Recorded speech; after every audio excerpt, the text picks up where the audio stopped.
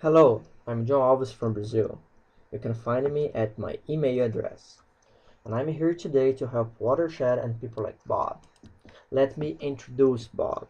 Bob was always a hard work man, and throughout his life he could build an equity base in some properties.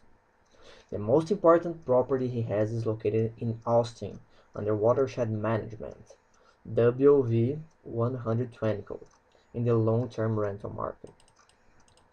But lately he's been wondering if it would be worth to convert this property into a short-term rental. He's not the only one asking himself this. There are dozens of Watershed clients that might be wondering the same thing. Fortunately, we have an answer for both Watershed managers and its clients. And the answer is yes.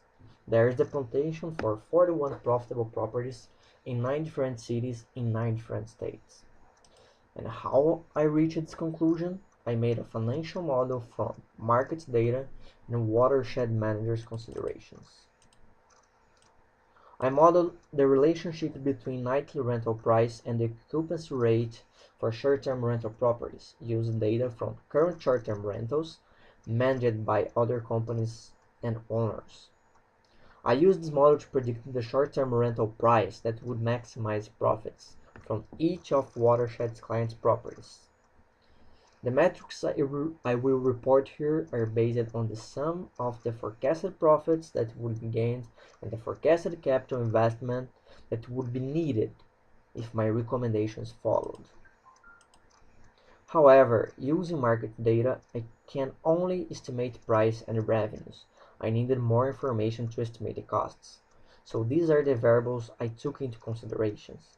They were listed by the Watershed managers. After listing this, I made a sensitive analysis.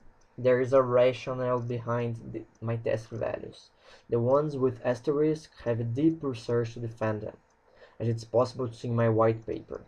For instance, the depreciation of 7 is a recommendation of the IRS tax code, and the internet services fee are the possible rent charged by Airbnb in reality, and so on. The other ones are just absolute or percentage variations of the assumed values. Testing all the hypotheses with solver from Excel, I realized that the range of minimum and maximum are these ones.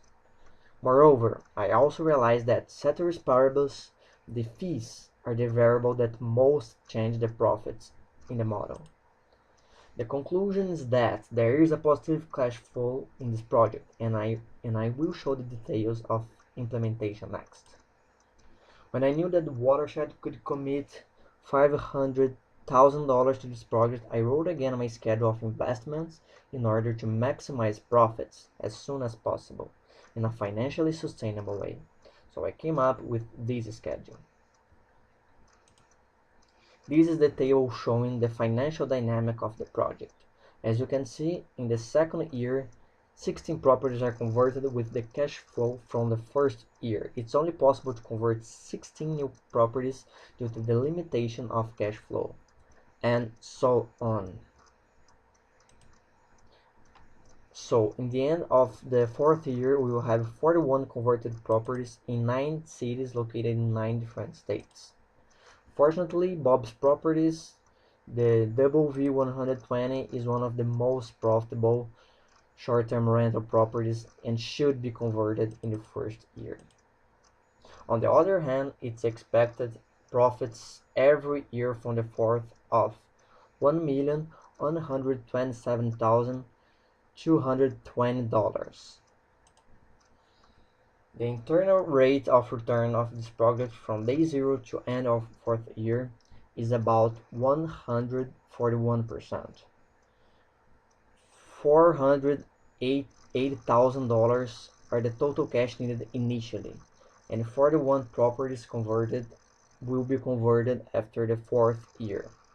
So these are the results under my recommendations. I hope you have enjoyed my presentation. Thanks. If you have any questions, you can find me at my email address.